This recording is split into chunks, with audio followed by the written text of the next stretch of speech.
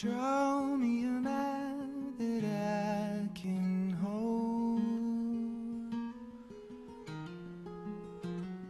Lines that tell me where to go. My head is full of lonely unease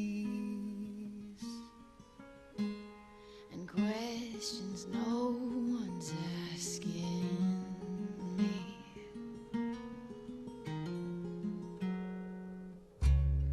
Who's gonna take my hand, show me the way? How long will I have to wait for someday?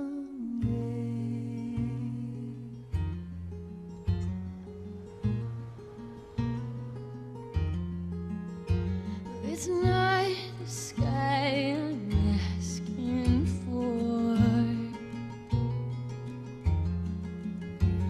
I'm just having trouble finding north.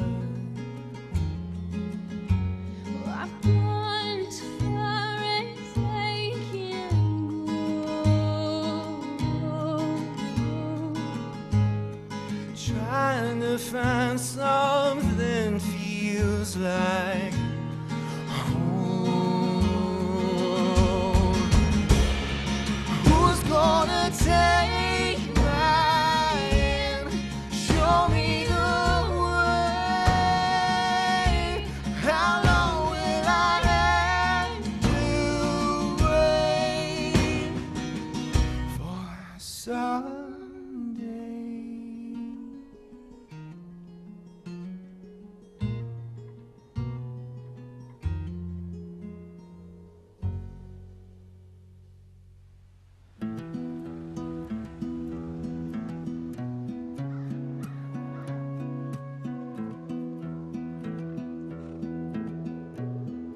Colburn, Colorado is really cool, and it's mostly where all of the cowboys and cowgirls roam. We're just country people. The town of Colburn is a quaint, quiet little town with that honorable Code of the West type atmosphere.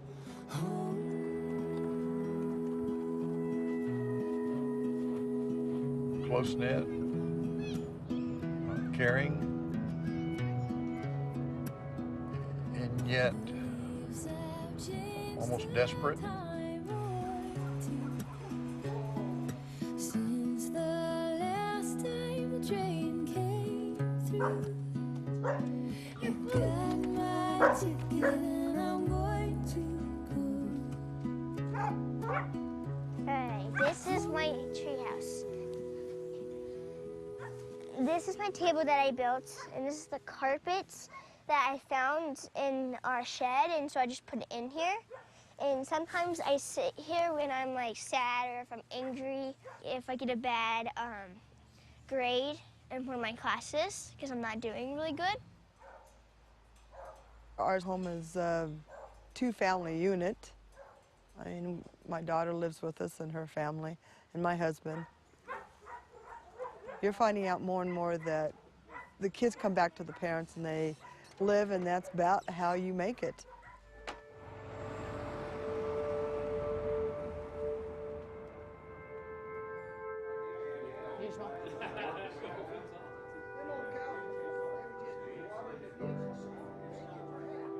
I work at the Cattleman's Grill.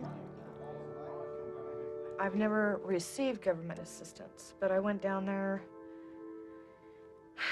and I was going to try to get food stamps. They turned me away. My paycheck is about $120 every 2 weeks. So, it's hard. My husband, he works for St. Mary's Hospital, and I'm working now too, so we're over the limit for help.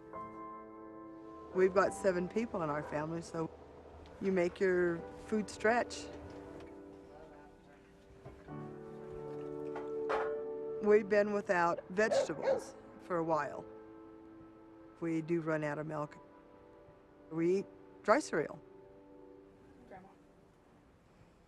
You know, you have to live the best you can. You've got to make things stretch nowadays. It's not easy. Sometimes we run out of food, so we try to figure out something. Probably ask friends for food. We get really hungry, and our tummies just growl, and sometimes I feel like I'm gonna barf because it feels bad. But I don't really know what to do. You alone are my heart's desire, and I long to worship you. The title of the message this morning is Church and Community. The church should always be in the community. And I believe what we're doing is exactly what Jesus would have us to do, is exactly what he's doing in the world today. Jesus was involved in those around him. Jesus fed 5,000. We fed 5,000 here in the not too distant past. Hunger is an issue in our community. One of the ways we found that the need is greater than we thought was on Wednesday nights. We started preparing a meal for anyone who wants to come, and we had no idea what to expect. And now we have between 80 and 120 that we'll feed a hot meal to every Wednesday. So it is a bigger problem that we're aware of.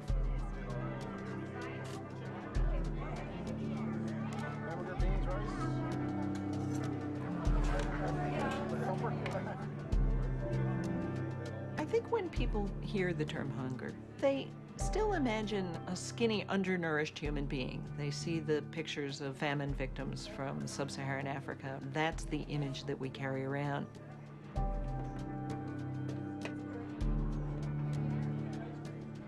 If you're comparing hunger in America to hunger of the most grinding kind, then no, I mean, people are not dying of hunger in the same way here that they are in Africa.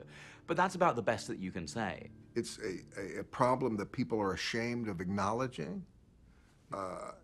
Our own government is ashamed of acknowledging it from my point of view, and you just kind of, you know, we're in denial about it, I think.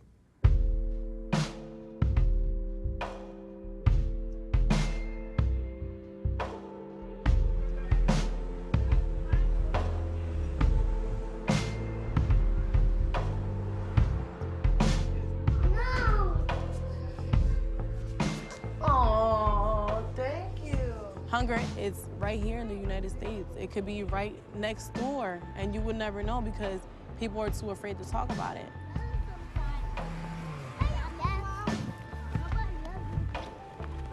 Hold on tight. Layla, watch your shoe. Being where I'm from, there's so many expectations of these girls just have kids, drop out, do drugs, you know, things like that. I don't want to be that person. Since August, I lost my job.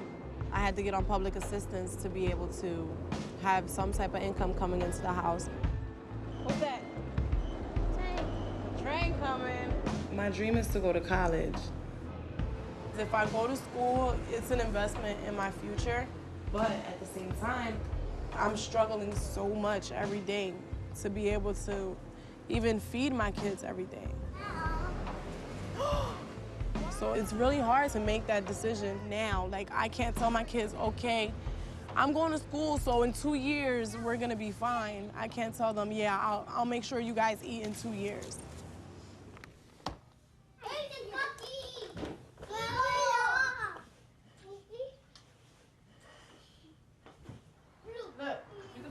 All my life, I know what it's like to eat oodles and noodles 7 days a week, 3-4 times a day, because that's all we had, and cans of Chef Boyardee. And when I had my children, I said I would never, ever let them taste it, just because that was my breakfast, lunch, and dinner. But life brings you situations and circumstances, and it's up to you to be able to deal with it and find a way to get through it. A survey from the U.S. Department of Agriculture reports 1 in 6 Americans say they don't have enough to eat. Last year, nearly 30% of U.S. families were classified as food insecure. Food insecurity is this idea that you don't know where your next meal is coming from. You have no idea how you're going to manage to find that food or afford that food. And when 50 million Americans don't have that power, that's a very dark indication indeed of where we are.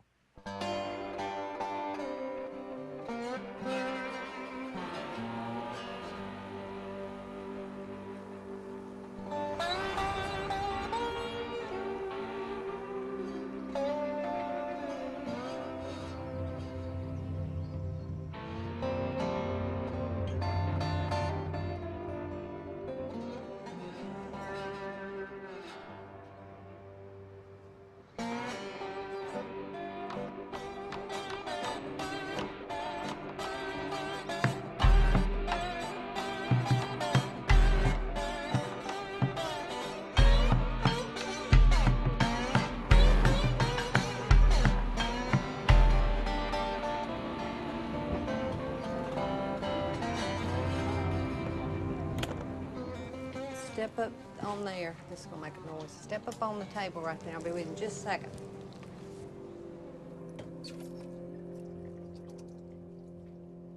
What grade you in?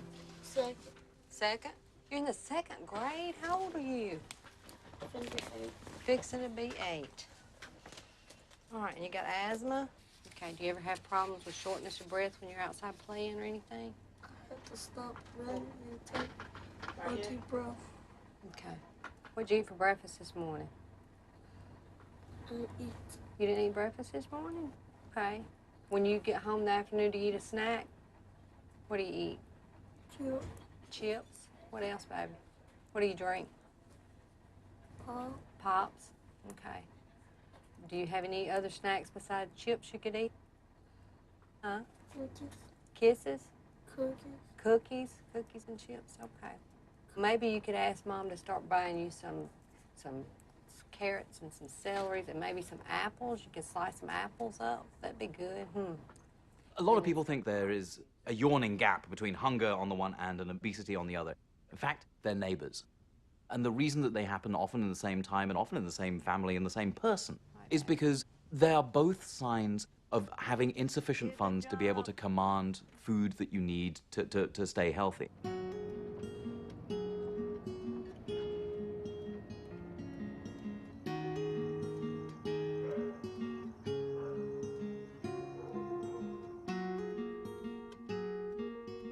Mostly, I really shop, I look around and see what's the cheapest. You have fruit are very high. And you got chips that's 35 cents a bag. So I say, okay, I'm not gonna get some fruit, I'm gonna get some chips. But if the fruit on sale, I'll leave the chips and get the fruit. She's overweighted for her age. She's very overweighted for her age. So I have to sort of watch it, and that bothers me.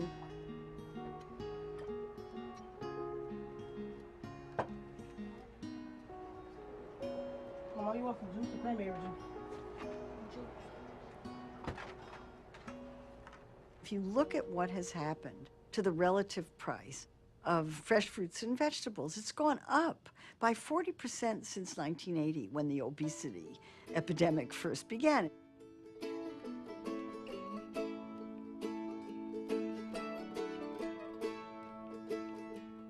In contrast, the relative price of processed foods has gone down by about 40%. So if you have only a limited amount of money to spend, you're going to spend it on the cheapest calories you can get, and that's going to be processed foods. This has to do with our farm policy and what we subsidize and what we don't. Look out, Mom, look out, Paul, look at that horizon. Something's out there kicking up dust, oh, it's coming. The subsidy system that we now have actually started back in the 1930s during the Great Depression. Farmers were the first to be hit hard when the economy went bad. There was a lot of pressure to put some sort of government assistance forward to help them get a decent price at harvest time for their crops. The programs in the Great Depression, of course, were emergency programs. The idea was if we could, on a temporary basis, help support the prices of farm products, that would get through this difficult period. And then we would let the market take over, except we never let the market take over.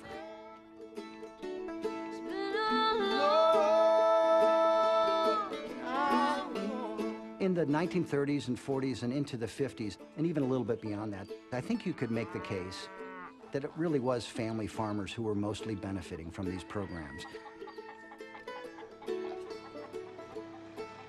But as the agricultural sector became more concentrated in terms of ownership of the land resources, more and more of these operations came to resemble agribusinesses and not family farming operations.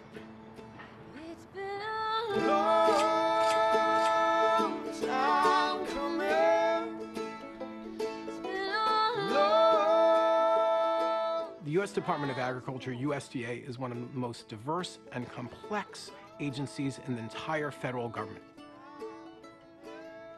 It does everything from international food trade to the Forest Service, to food safety, to animal protection, to, of course, farming programs and food and nutrition programs.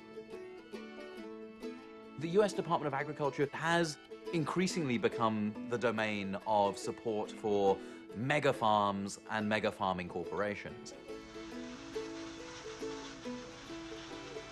Most of that subsidy money, about 70% of it, has gone just to 10% of those beneficiaries. The biggest, largest, best capitalized farms, they're hauling in this taxpayer money now. And so there is this weird paradox where welfare for the poor is scorned, but corporate welfare, as it's known, is sort of heartily endorsed. We subsidize the basic ingredients in processed foods. We do not subsidize fruits, vegetables, and whole grains because the producers tend to be small producers. They don't have the kind of political clout that the big commodity producers of corn and soybeans and wheat that gets processed do. These subsidies made products very cheap and therefore made it profitable for the food industry to invest in the infrastructure for processing those products into the packaged goods that we see on every counter, in every corner store, in every vending machine that are really ubiquitous now and all around us.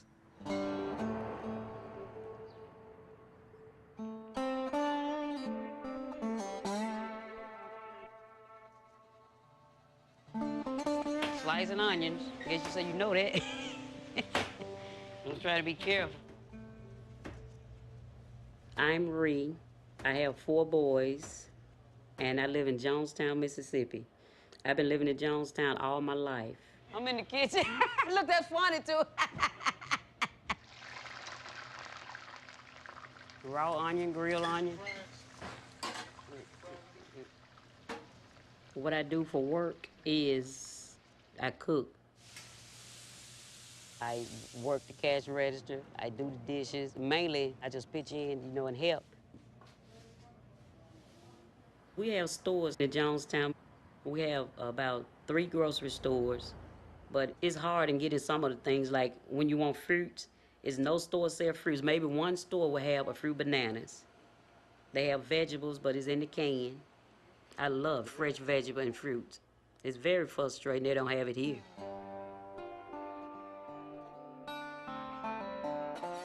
There's this thing called a food desert. So out in the county, you have these mom and pop shops, and they don't have fruits and veggies. There's several issues. Agriculture is a big business. So I get this big 18-wheeler, and I'm delivering food. So I'll deliver it to Walmart, and I'll deliver it to Kroger and these other chains. But I can't afford to take my 18-wheeler and go through these back roads. You know, they're off the beaten path. So you just don't fit our model, you know, maximum delivery, minimum cost. And so we're consuming what's available to us. Chips and ice cream and cakes. They have that here. They have lots and lots of stuff like that here. And so that's why I go to Clarksdale, sometimes grocery shopping, or Batesville, about 45-minute drive. those that doesn't have transportation, it's hard.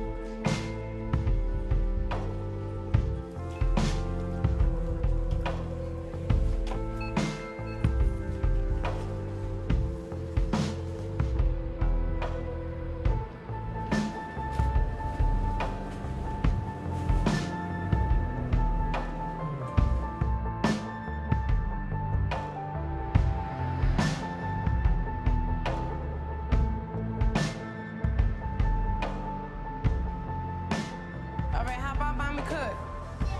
Mommy cook? I want to help you to make spaghetti. Okay, here you go. This one goes on the table.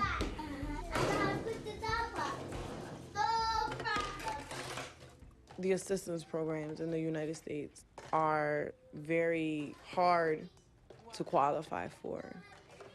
It's like either you're starving or you don't get any help.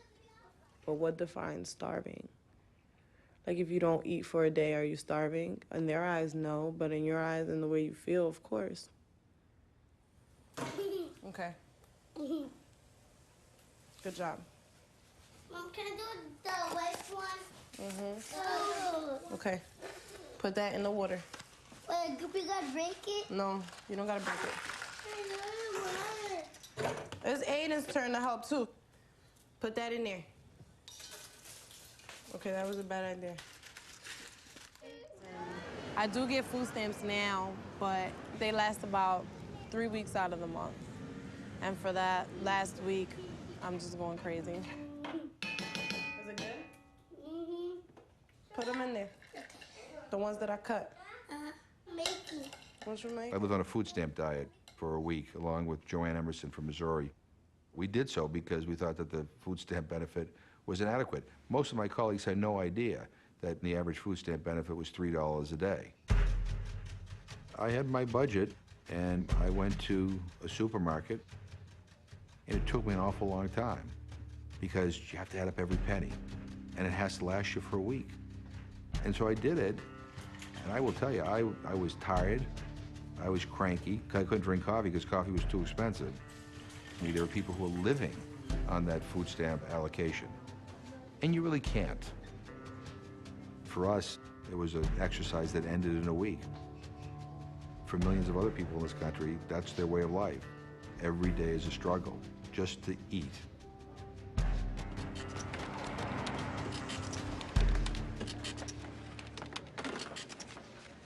$39.37.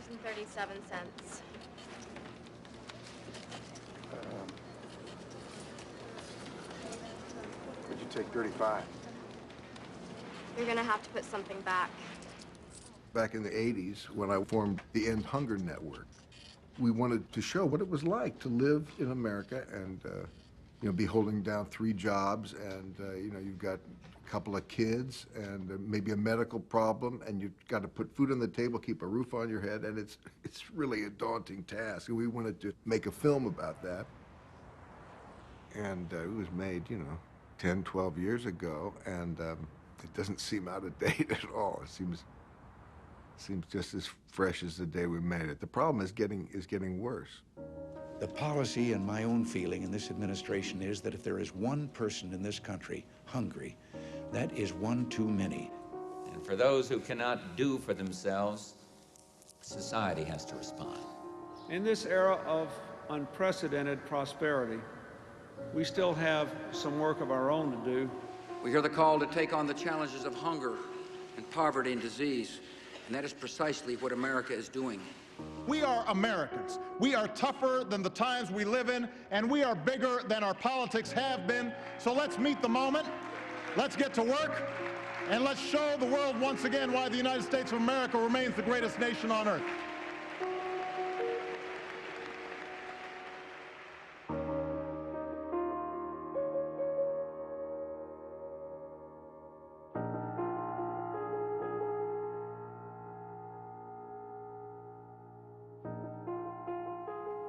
We've got 44 million Americans on the Supplemental Nutrition Assistance Program, what we used to call food stamps. 1 out of every 2 kids in the United States at some point in their childhood will be on food assistance.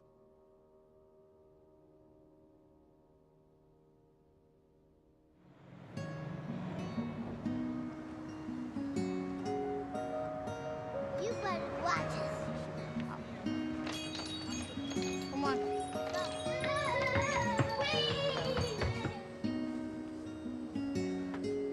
I'll sit right here, Mommy.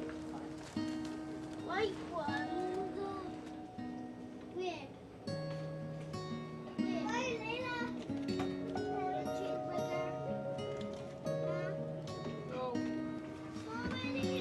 No, you got chips in your hand. Come on. You don't need donuts. Aiden.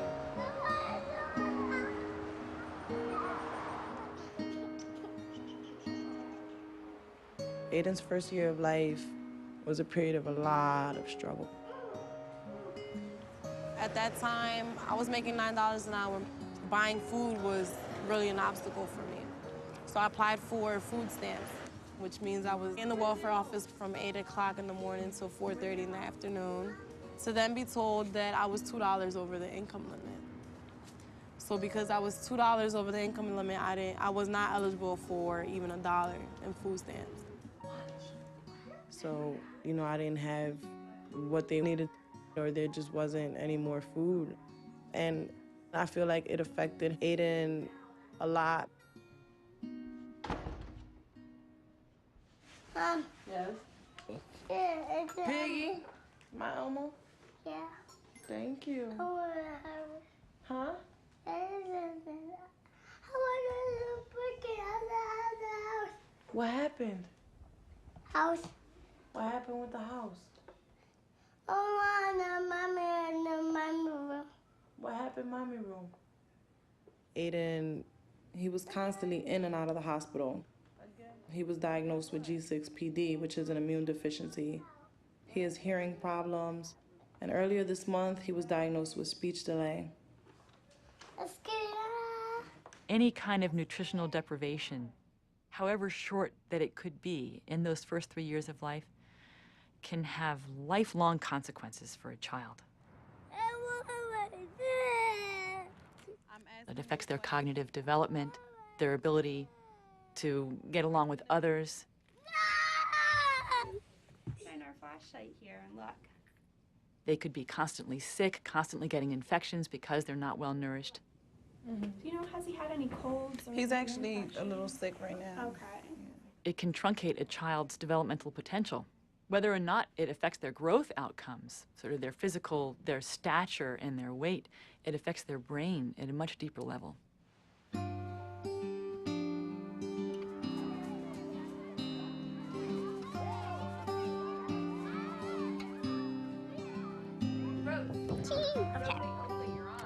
Okay, mine is about this goddess or queen. Her husband died, and he gave half of his kingdom to the Romans. And hunger definitely impacts my classroom. told Bernicia that they owed her money. I have had students come to me upset, and it's definitely a huge issue in our small community. We are going to spend a little bit of time talking about how to use context clues to help us when we find words in the textbooks that we're reading. One student in particular, Rosie, I just really felt she wasn't really applying herself in the classroom, and I couldn't figure out where that attitude was coming from. I felt that she just really didn't care about what I wanted her to learn, or that school was that important. And what I realized when I brought her in one day was the main issue was that she was hungry. I struggle a lot, and most of the time it's because my stomach is really hurting. So let's take a look. My teacher tells me to get focused, and she told me to write focus on my little sticker. And every time I look at it, I'm like, oh, I'm supposed to be focusing. I start yawning, then I zone out. And so I'm just looking at the teacher, and I look at her, and all I think about is food. So I have these little visions in my eyes. Sometimes when I look at her, I vision her as a banana, so she goes like a banana. And then everybody in the class is like apples or oranges. And then I'm like, oh, great. What were the two that you were trying to narrow it down to? A and B. A and B. And why were you thinking A? We are tying the arms behind the backs of children as they go into public schools. We're making it so that we spend money for teachers and then we deliver to them a lot of children who can't learn. The lost potential. Some of those kids could potentially be great scientists or go on to be leaders in our armed forces. But the impact that hunger has messes everything up.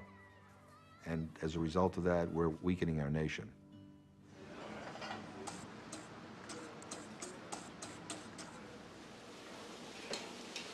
Food was really important growing up, especially around holidays. And we had to be home for dinner every night. My mother was the typical Italian mother who would not sit down unless everybody was served. And I think that was, her way of showing how much she loved her family. I was in high school at the time. My mother decided to take a job managing a school cafeteria at Elizabeth, where we grew up. Years later, my brother and I, we tried to get her to retire. And she sat down and she said, I'm not ready to retire yet. And I was like, why? She said, these kids that come into my lunchroom for breakfast and lunch, I know this is the only thing they're eating all day. For your elimination challenge, you'll be feeding students using the same restrictive budget that our public schools have, $2.68 per child. Childhood nutrition has become a huge health crisis in this country. In this challenge, we were looking at various things. Part of it is to get kids to eat vegetables and stuff, and whether or not you were cooking food that was appropriate for a school lunch. I had wanted to do a healthy dessert that incorporated fruits, but that was not possible within our budget. The point was that you guys would get tripped up because that's the problem that the country has. Did you find that you had to add more sugar because the bananas were starchy? I believe there was a total of about 2 pounds of sugar. What's served in the schools is very much a function of the kind of investment we've been willing to make. If you figure that the federal government is reimbursing schools $2.68 for a meal that's served free, and you take out the labor cost and the administrative cost and costs for gas and electricity and custodial services and what have you, it really doesn't leave a lot for food.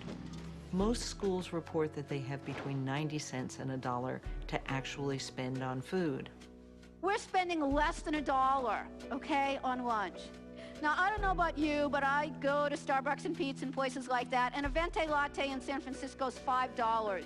One gourmet coffee, is more, we spend more on than we are spending to feed kids for an entire week in our schools. The dollars that are being used for reimbursements haven't changed since 1973. We need to get better nutritious foods in school. And the only way to do that is by increasing the amount of the reimbursement. The Committee on Education and Labor will come to order. Good morning to everyone. This morning we'll discuss a new bipartisan child nutrition legislation we introduced earlier this month to address critical health and economic needs in this country.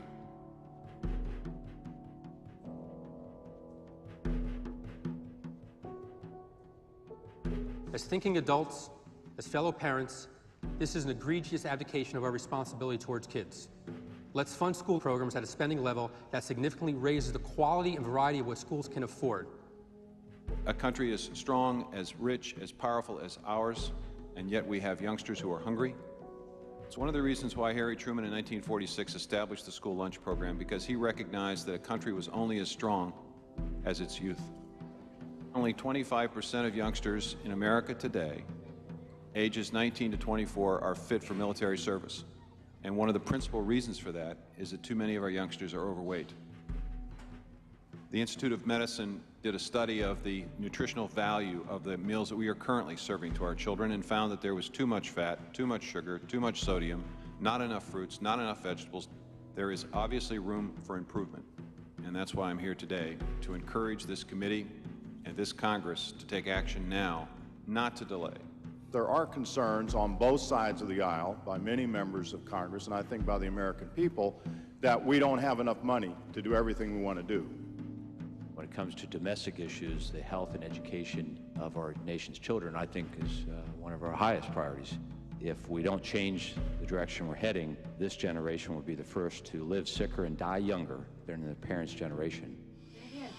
Check it out. Let us see how tall you are, okay? Okay. Thank you. High five. Okay, since March of last year, did you ever eat less than you felt that you should because there wasn't enough money to buy food? Yeah. Since March of last year, did you ever cut the size of your meals or skip meals because there wasn't enough money for food? Yeah.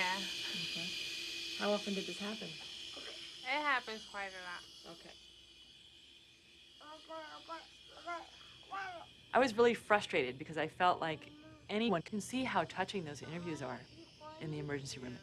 A mother when she starts to cry because she's working, trying hard to take care of her kids. She's scared for the health of her child. We see that on a daily basis in the emergency room.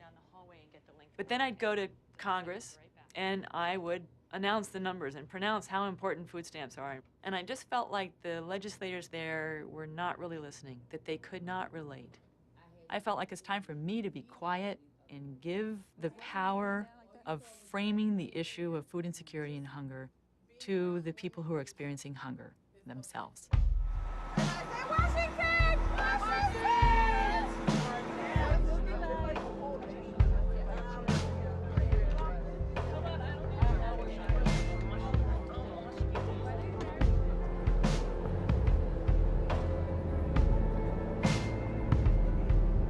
Here's the plan. At 11:30, the reception at the Senate. Senator Casey will speak, I will speak, Tiana will speak, Barbie will speak, and every time that you have an opportunity, give your ideas for change, for what you need for the success and healthy life of your kids, okay? These guys are the ones who make it happen.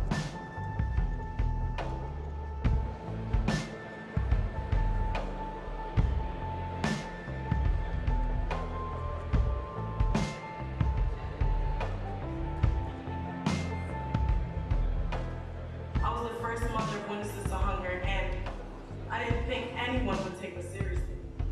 But I'm here to let everyone know that just because we live where we live and come from where we come from, doesn't mean that we're not smart. Doesn't mean that we don't have potential. Doesn't mean that we do not want education. Doesn't mean that we want to depend on welfare for the rest of our lives. I want the same hopes and dreams as everyone in this room for their children. We just need the opportunity to make it come true. Came from and where we're at now and where we're going to be.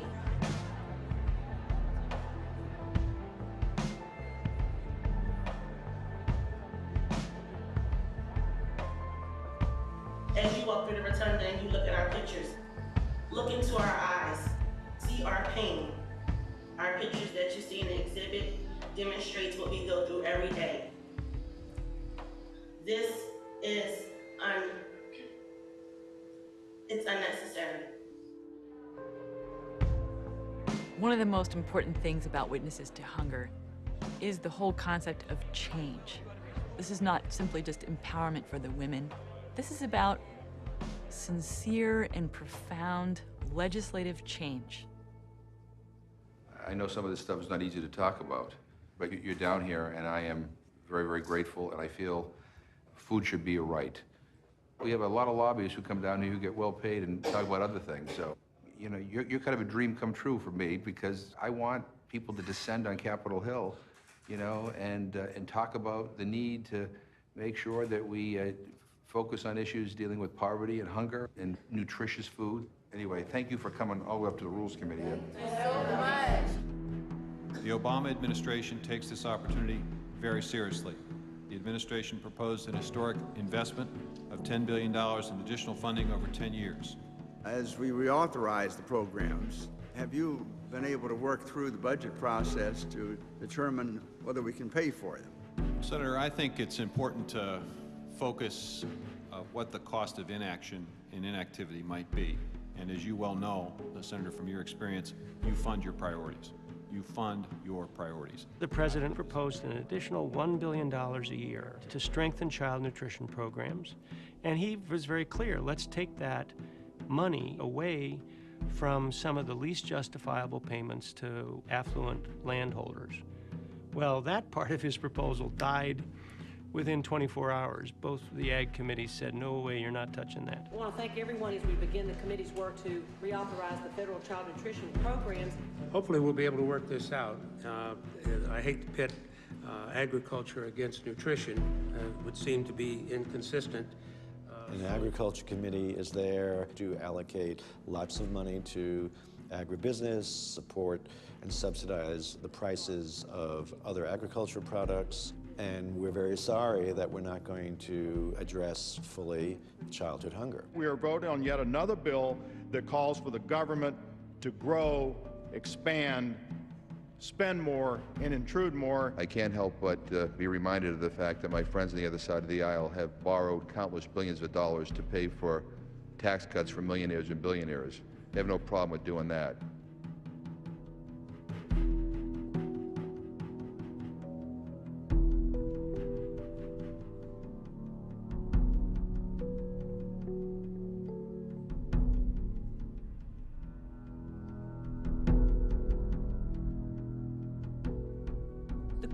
Investment this bill makes are completely paid for and will not add 1 cent to the national debt.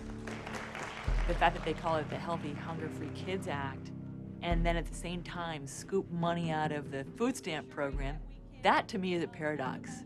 You can't just like push a tiny bit of mashed potatoes from one side of the plate to the other and say, okay, now we have fed you. It's not a victory. You're taking money out of the mouths of poor people and you're putting it toward a good cause, which is child nutrition. But why are we making this choice? The great temptation in Washington is to always take something away from those who, frankly, can't defend themselves. I think we spent maybe $700 billion on the banking and insurance bailout. So $4.5 billion is really just a fraction of that. It's kind of symptomatic of how lopsided things have become in Washington as a result of special interests that, frankly, control a lot of the congressional agenda.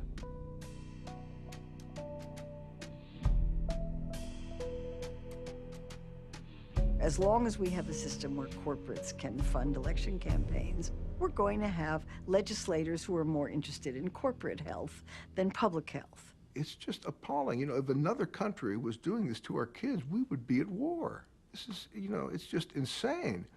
And it doesn't have to be that way. These children, all of them, are Americans, and all of them are hungry.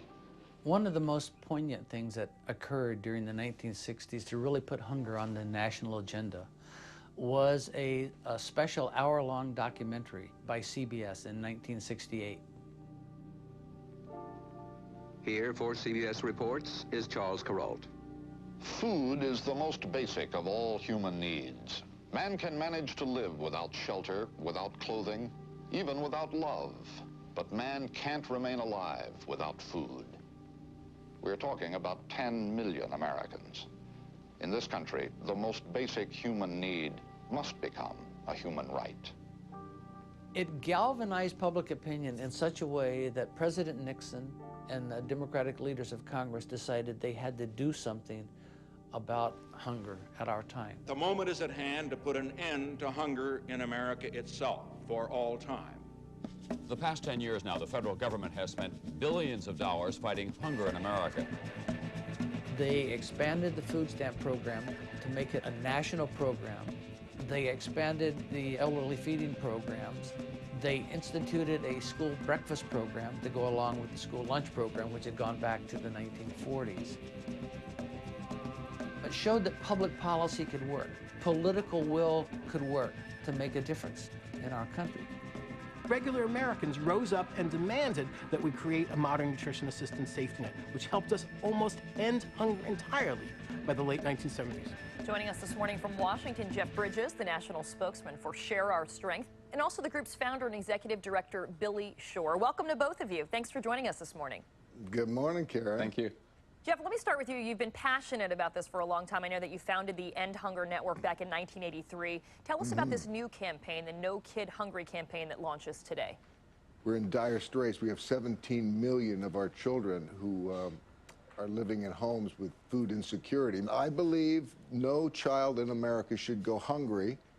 And by taking this pledge, I'm adding my voice to the national movement of people who are committed to end childhood hunger in America by 2015.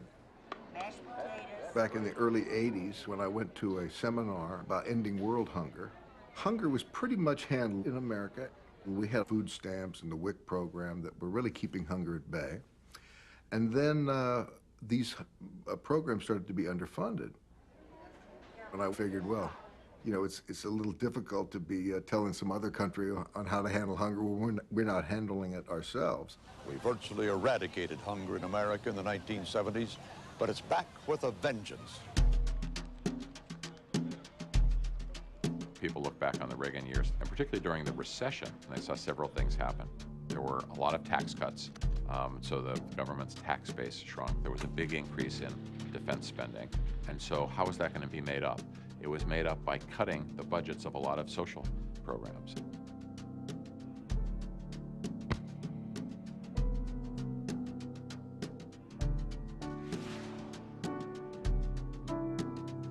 So at a time that need was going up more in the country, they cut the programs and made them less.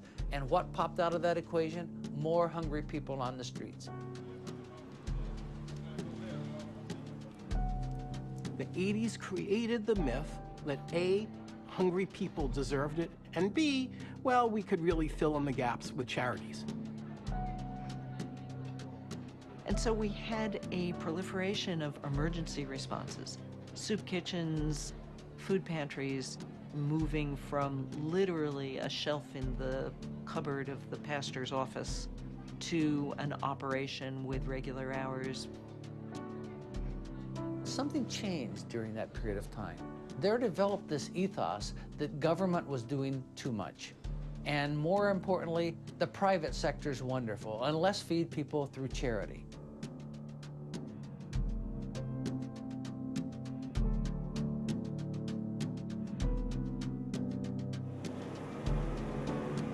We have basically created a kind of secondary food system for the poor in this country. Millions and millions of Americans, as many as 50 million Americans, rely on charitable food programs for some part of meeting their basic food needs. $431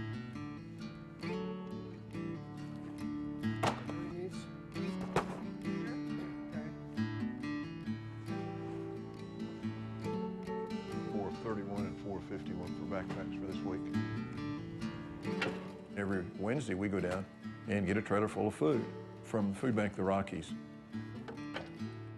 The problem that we run into in small towns is that the income level has gone down, the jobs are minimal, the second, third generation people are having to leave the area to find work.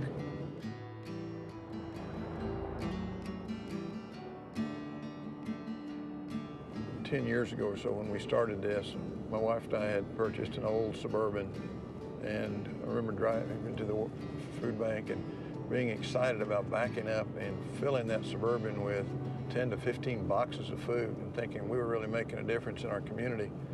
And after a year and a half, we bought a little single axle trailer that we could put 2 pallets of food in, and we thought we had really arrived at that. We could certainly meet the needs of the community with 2 pallets of food. And 4 years ago, a gentleman from our church donated this trailer, and now we're doing 4 pallets twice a week. And it's amazing how the need has increased over the 10 years.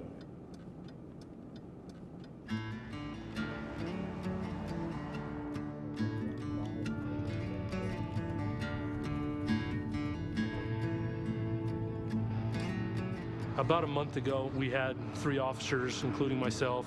However, due to budget constraints were now down to just me. It was always kind of a prideful thing that I never needed anybody's help.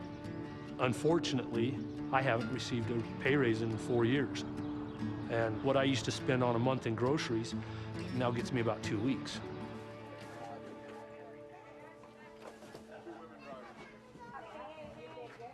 I have utilized Pastor Bob's food bank. The way it makes me feel, it's very humiliating. Well, I correct that. It's not humiliating. It's very grounding. The stereotype of food banks is always for the unemployed or the disabled, people that can't go out and get a job. That's not always the case. Sometimes in life you just get to points where you need a little extra help.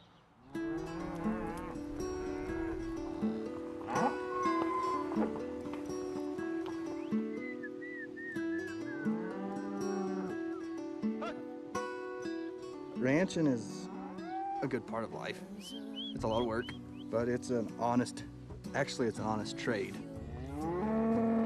But the way the economy and everything has gone south, I have had to go find another job out of the house. So I work on the ranch from 7 in the morning till 3 o'clock in the afternoon, and then at 3 o'clock in the afternoon till 11 o'clock at night, I go down and clean the school.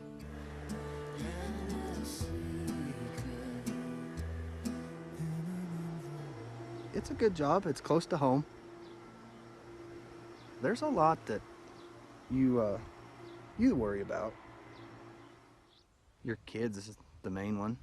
And that's part of the reason I did take a second job, is so I can help buy groceries and put food on the table for my kids. Come on, dogs.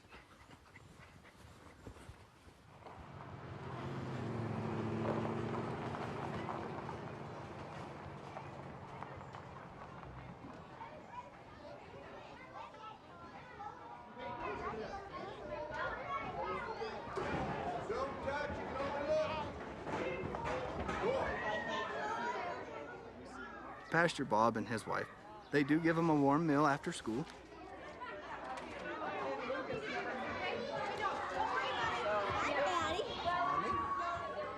It helps, you know. It's getting harder to try to figure out how to make all your ends meet. But you got to do what you have to do to help support what you created, you know.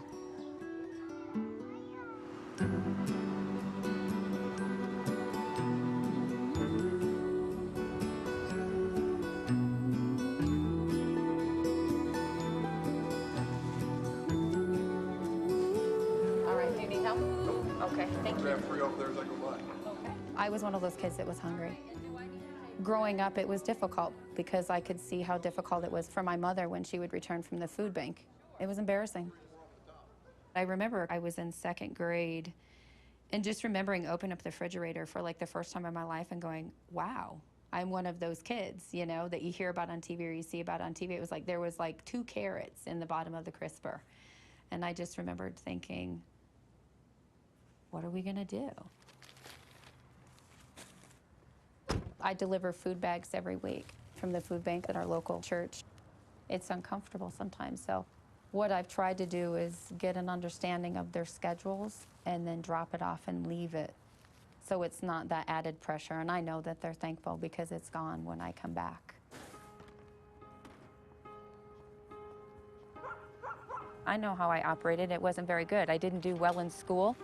I didn't have that great of attendance. And I just felt like I kind of lived under this umbrella of feeling inferior to others.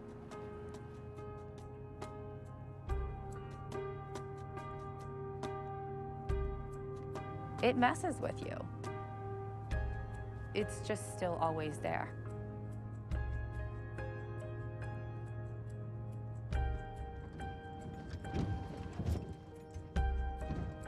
Rosie just really struggles. You know, she was significantly behind. But despite all of that, she tries so hard to be so positive all the time.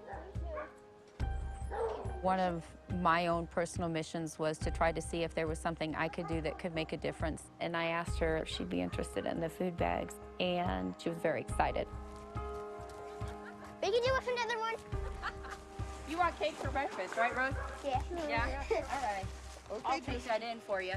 You guys got your hands full. I'll just walk it in for you.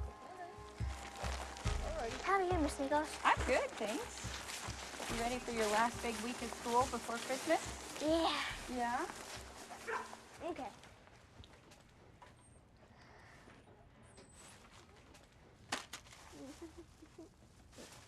There you go. Okay, but you candy crackers. Mrs. Nichols comes about once a week. It's 8 bags that she brings. There might be potatoes, there might be bread. You know, right now I think we have 30 jars of peanut butter. That's just one of the things that Mrs. Nichols brings out right now. There's always some kind of soups, SpaghettiOs, a lot of snacks. I like these. Ooh, now these ones. Sometimes I will admit I do feel a little bit guilty bringing them food bags because it's starch, it's lots of carbohydrates, it's lots of sugars and other chemicals. Grandma, we got apple pie bars. Oh, awesome. Apple pie. Okay.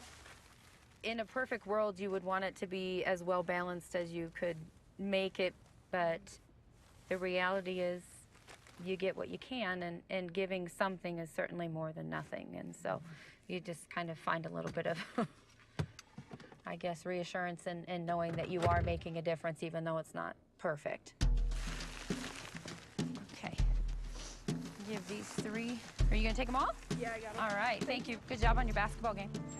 That's something that's extremely important. The churches and the community groups that do hand out food are doing an incredible service to this country and to the children that are experiencing hunger. But that's just a quick fix. That's for today and tomorrow, maybe for next week. We call it emergency food. It's no longer emergency food. This is called chronic use of a broken system for which people cannot be held accountable.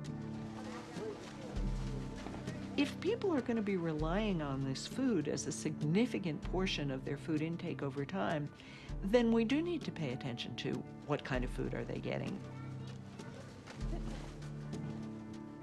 Charity is a great thing, but it's not the way to end hunger. We don't fund our Department of Defense through charity, you know. We shouldn't, you know, see that our kids are healthy through charity either. This should be, you know, something that in our country, in America, the richest country in the world, you know, we should, you know, take care of our kids.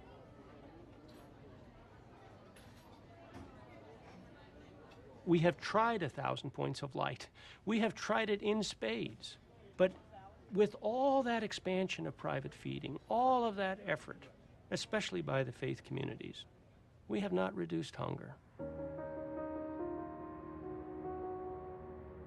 Our legislators only think of the cost of hunger in America as being what it is that they spend on food stamps. But the genuine cost of hunger in America is way, way higher. Hey, Mr. Boone. Hey, Doc, how you doing? Oh, I gotta get a fork. Let me get your child out the door. What is that? You gotta roll around on the cot. Yeah. How you doing today? Not too good, Doc.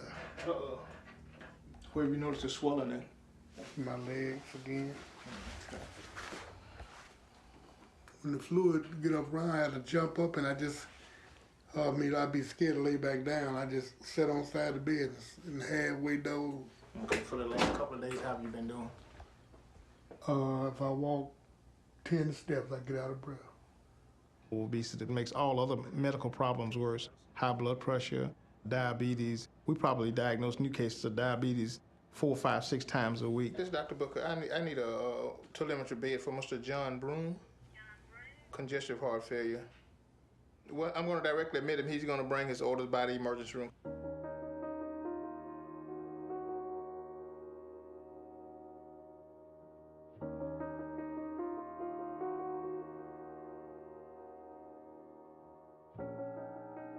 Those younger people who are developing those diseases at an early age are going to get the end-stage complications a lot earlier. So education is what it's going to take to get people to do what they need to do to reduce some of these problems, and we need to start it very early on. The bathroom line up at the door. I am Odessa Cherry. I am a second grade teacher here at Jonestown Elementary School. Love it. I've been teaching over 17 years. Love the babies. I was diagnosed with diabetes, and that's been about a year, almost a year. And when I was first diagnosed, I told the doctor, I don't want the pill. I think I can do it with just diet. And so that was the one thing that really got me to thinking about what you're eating. Oh, check it out. Did y'all see that? Is that what sparked y'all talking about Easter egg hunt? Because I was wondering what it was. And when the change started, everybody was like, what, no fried chicken? No fried fish? That was the biggest thing, that fried fish, because we love catfish in this area. I mean, if it's not fried, it's not fish.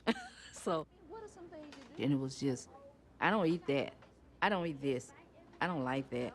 I don't like, and I'm like, have you tried it? And I have many of them say no.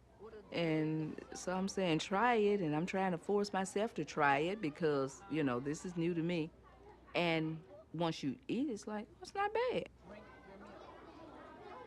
Now that helped me to understand the impact that we can have on our children. And the younger they are, the better. Awareness is the beginning.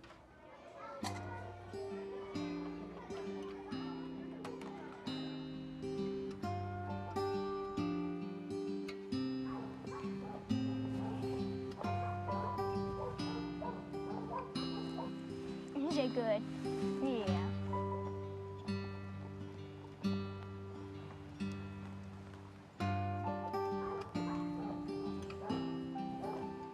This is a kitchen. This is our table. And this is our microwave.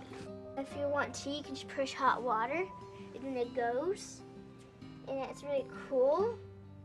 And this is our box where we put all of our food that we get from the food bank and from Miss Nichols. And this is our bedroom. Excuse me. Might fit in here. It's not that pleasant.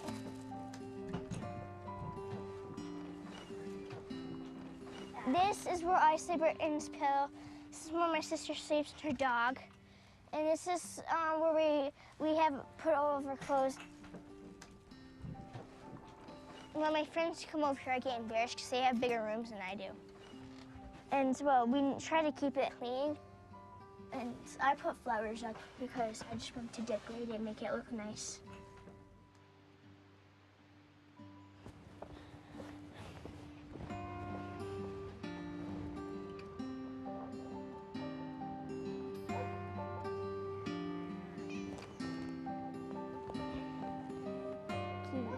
Is it that people are going hungry because of a shortage of food? No, it is not. The reason people are going hungry is not because of a shortage of food, it's because of poverty. Then all of a sudden, you're in a different question. You're not asking, why is there insufficient food, which is this sort of very beneficent question, but it turns out to be, why are people poor? And right there, you're in a political question, and one that's far more difficult to answer, and involves asking questions about power and about class and about inequality and the persistent inequality in this country. And that's a much harder question to ask than the question about, well, is there enough food in America? To which clearly the answer is yes. Barbie, you got it. So have a seat. And Marianne, I'm going to stick you over here. From WHYY in Philadelphia, this is Radio Times. I'm Marty Moss-Coane.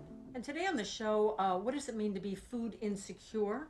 I mean, we shouldn't be surprised that there's hunger in this country when you look at the level of poverty. And I wonder just how much of a sort of denial there is out there. And of course, we are still, as I think is true today, the richest country in the world. And this disconnect between all this wealth and people that don't have enough.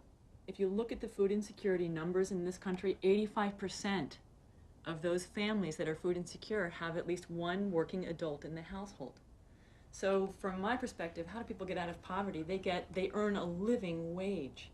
And so I think we need to turn it around to accountability. It's government accountability, it's also corporate accountability for ensuring that people get living wages. I mean, it sounds like a lot of emotional stress and strain that you both have, the humiliation of it. Yes. being labeled as low income is shameful in itself. It's the reality, but you don't want to admit that, okay, I am of low income, or because we're of low income, we have to stand in this line and receive food from whoever wants to give it to us. So I think that's one of tough. Yeah, how about for you, Crystal? It seems like America has turned a blind eye to the fact that people are hungry on a day-to-day basis. It's not just women. There's men who are raising their children. There are two-parent households who go to work every day and still have to turn to public assistance to sustain their families, which makes no sense. You gotta watch out for the bus. I got toothpaste on my face.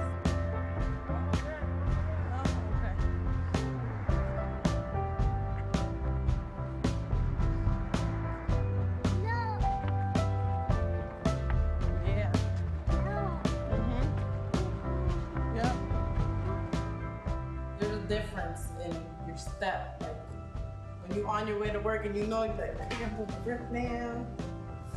It's a different type of walk a different pace to your walk.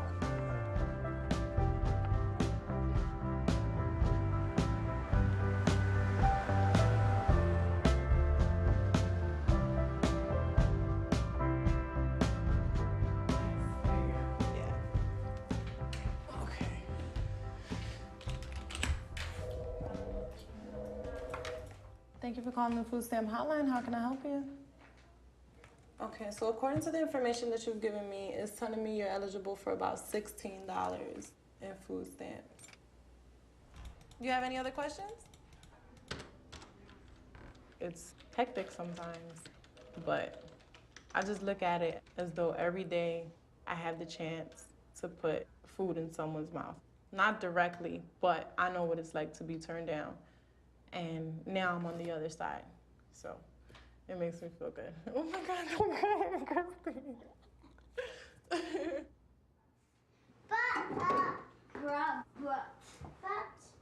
y'all want this? What? No. Why not? Eat, sandwich. All right, but you need to eat food. We ate food. What you ate? We ate chips. That's not food. That's it.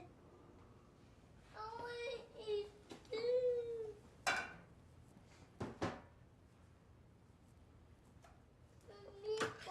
Who's gonna help me? Me. Wait, Mommy. Hold it. Anyone can sit there and tell you, oh, I've been through this, I've been through that, I got through it. Yeah, I've been through this, I've been through that, I got through it, but if you open my fridge, I'm there again. 5 days into the month. And I'm gonna be there next month and the month after that. It's tiring. It's not working. Let it go. I want to help you again. No. That's it? Leilani. When I was on food stamps, I didn't have to worry about my kids not eating. It was just, how can I make it stretch? You know, I might have to take a little bit from this day. It was more about balancing everything, where now we have nothing.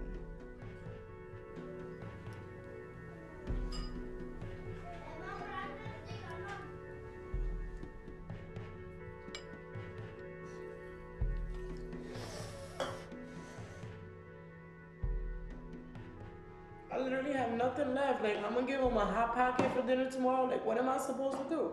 What do I give them?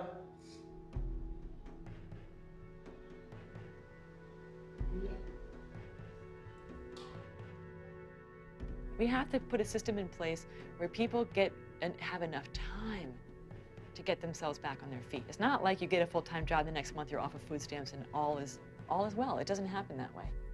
We don't have a food policy in this country to address hunger. We never have. We have a welfare system that is very limited in its ability to get people on their feet, which is what you really want, is you want to empower people to be able to make enough money to buy their own food and take care of their own needs. We don't have anything that does that. We sort of have this love-hate relationship with poverty and the poor. On the one hand, you know, we have a wonderful history of helping others and a lot of good rhetoric. Bring us your struggling masses yearning to be free. This is the land of opportunity, and we care about one another. And we do in many ways. But our care is always predicated on the fact that we're worried that somebody else is getting something for free or something they don't deserve. In our country, we put a lot of emphasis on self-reliance, on everybody fending for themselves, liberty, and those are all great strengths. But as a nation, it has not been our strength to do what we can to reduce poverty. Corduroy is a bear who once lived in the toy department of a big store. I feel like America has this huge stigma of how families are supposed to eat together at a table, but they don't talk about what it takes to get you there, or what's there when you're actually at the table.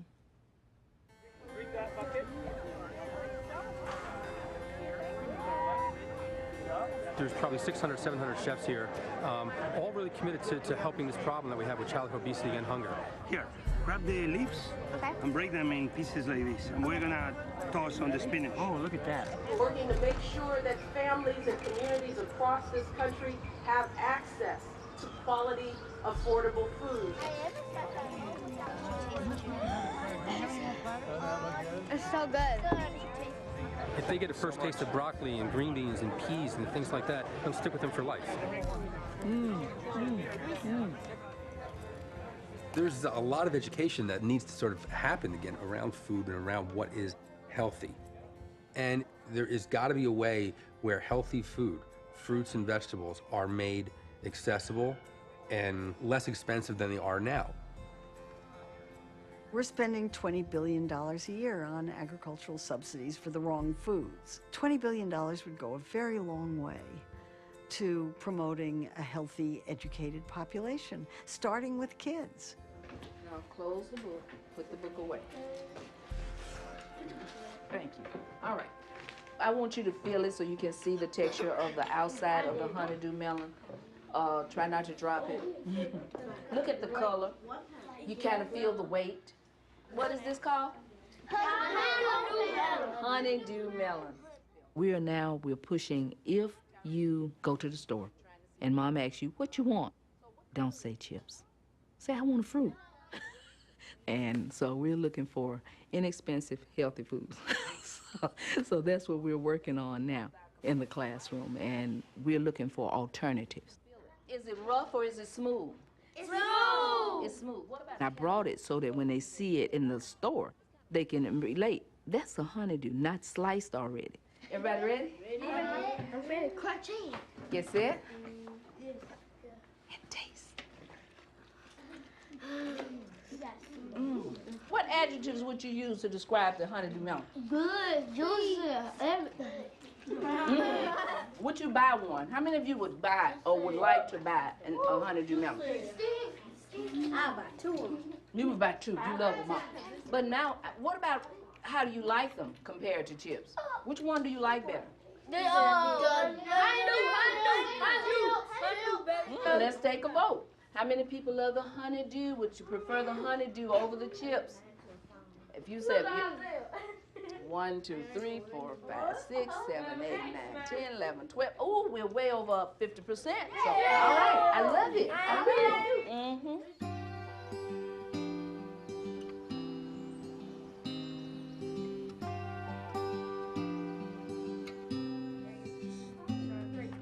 I think I go out of my way to try to take that burden and that worry away from kids because I was there. In teaching, it kind of puts you in that natural place to say, you know, yes, obviously I can make a difference in the education of a child, but I think it's so much more than that. It's that personal connection that goes beyond that. Last year, you missed 20 days of school. This year, you've missed 7 days, and 5 were when you had pink eye and you couldn't be at school. And I know you wanted to be at school. Yeah, Remember when I did. stopped by your house and we talked about that, huh? Yeah. So do you think being My dream is to be an honorable student. The book of words belong. Then read my other dream is, have you heard of the Stream Makeover Home Edition? I always have a dream almost every night that they would come, tear down our house, let us go for a vacation. I just wish they would come and actually rescue us from our house. But we don't have a story like they do.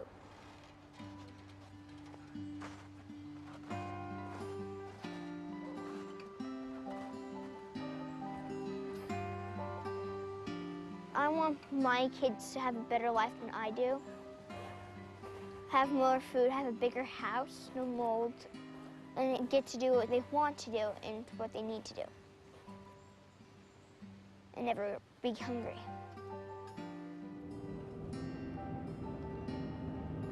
I think you take them one at a time.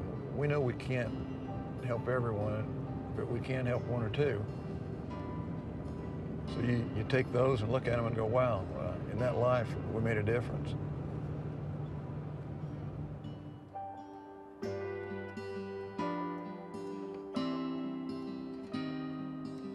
It's about patriotism, really. You know, that's what it is, you know. Stand up for your country, you know. How do you envision your country? You know, do you envision it a country where one in four of the kids are hungry? What I'm hoping is that maybe that increase in the problem is part of the solution, that's going to finally wake people up to how, you know, what dire straits we're in here with this. Do we just continue to give more cans of food through the food drives? That's not the answer. The answer is widespread governmental programs that are focused on the human being. I think Americans basically want to do the right thing. There's a lot of issues that we could all struggle with for a long time we wouldn't know how to solve. I don't know how to solve the climate change problem, you know, by myself. I don't know how to come up with a vaccine for AIDS. I don't know how to, you know, end terrorism. But when it comes to hunger in this country, we know the solutions because we've proven it in the past. We all have a stake in this, and we really need to reclaim agricultural policy as a policy on behalf of us all. We're wasting billions of dollars by not spending less to fix hunger. We all understand that the government will do the right thing only after every other possibility has been exhausted. We need to bring government to the right thing much more quickly. But the only way to do that is not by, saying, well, government will take care of it, but by making government care. We need to make this an issue where if you're not with us on ending hunger, then we're not going to be with you on re-election. I mean, if making sure people have enough to eat is not an important issue, then I don't know what the hell is. You are where you come from. It is a quote that is said very often. If your mother was a single mother, you will be a single mother. If no one in your family was a high school graduate, you'll be the next one to follow in those footsteps. Have you ever been surrounded by the people you love, like your children, but feel completely alone? Have you ever been in a home with open doors, but feel trapped? Have you ever been in a neighborhood with constant yelling, screaming, gunshots, and fighting, but are so accustomed to it that it puts you to sleep? I know what it's like to have your children look at you in your eyes and tell you they're hungry, and you have to try to force them to go to sleep as if they did something wrong. Take time and learn a little from each of us, because you never know where tomorrow can take you. Remember us. Remember people like us that are here in the United States, that need help, that are not receiving it adequately. If we switch lives for a week, could you handle the stress? If we switch salaries for a month, will you be able to live and still keep your pride? Are you aware of my hope and my determination? Are you aware of my dreams and my struggle? Are you aware of my ambition and motivation? Are you aware that I exist? My name is Barbara Izquierdo, and I do exist.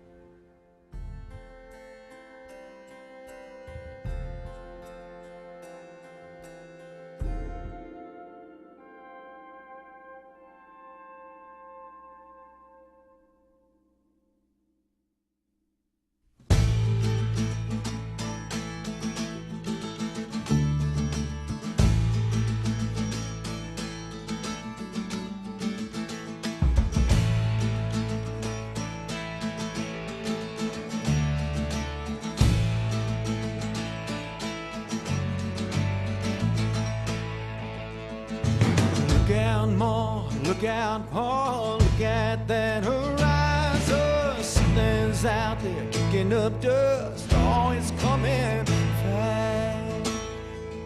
Look out, sister, look out, brother. River's gonna be rising. Something we've been waiting for. Oh, it's here at last. It's been a long time coming. It's been a long time gone. Let's all sing, let's all dance, stomp our feet in that red clay. Come on out in these old brown fields, watch him turn to gold, watch him turn to gold.